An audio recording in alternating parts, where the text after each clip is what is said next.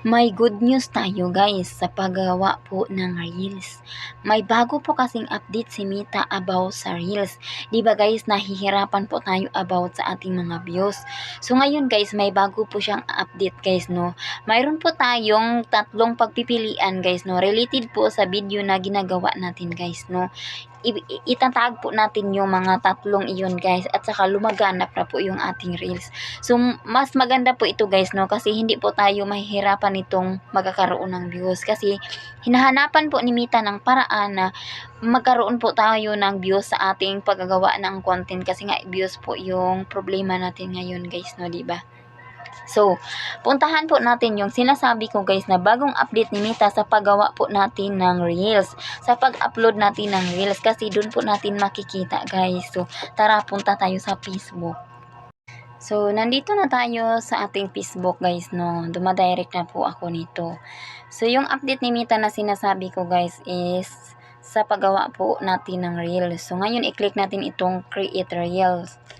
So, gumagawa po tayo ngayon ng Reels, guys. No, dito po natin makikita yung update ni Meta. Example, guys, ito po yung gagawin nating Reels. So, i-click natin yan para mapunta yan sa post. So, i-click natin ito. Sa ating mga Reels. I-click natin ang next, guys. So, lagyan natin dito ng caption, guys, no. Example, bagong update. Yan lang muna. At saka, guys, ang sinasabi kong bagong update, guys, ito sa ibaba, guys, no. Yung add topics, ito guys ang sinasabi ko. Ito po yung good news at napakagandang update ni Meta sa ating mga reels guys, no. Pwede po tayo ditong mag-tag ng select up to 3 topics for your reels. Yan guys, pwede tayo pipili dito guys na related po sa ating reels. Example guys, no, yung ginagawa ko guys is about sa entertainment. So, i-click natin itong sports, entertainment, at saka TV, movie, celebrities. Kasama na din yun, guys, no? At saka, guys, documentary, TVs, and movies. Same na yun, guys, kasi nga, nagsasalita tayo na parang tutorial. And next natin yan guys. So, nakatag na siya na guys. So, pwede nyo ring lagyan ng location. Yun po ang sinasabi kong bagong update at napakagandang balita po sa atin ng mga content creator.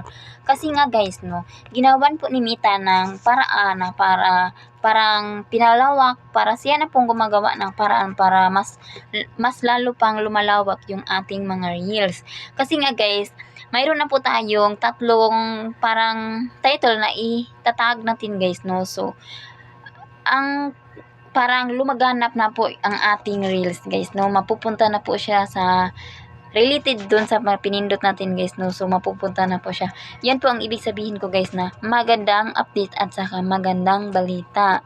So, wag po tayong panghinaan guys. Ako nga pinahinaan, pero ngayon guys marami naman pong update. So, tuloy-tuloy lang po ako, no. Minsan nanghihina pero tuloy pa rin at saka laban.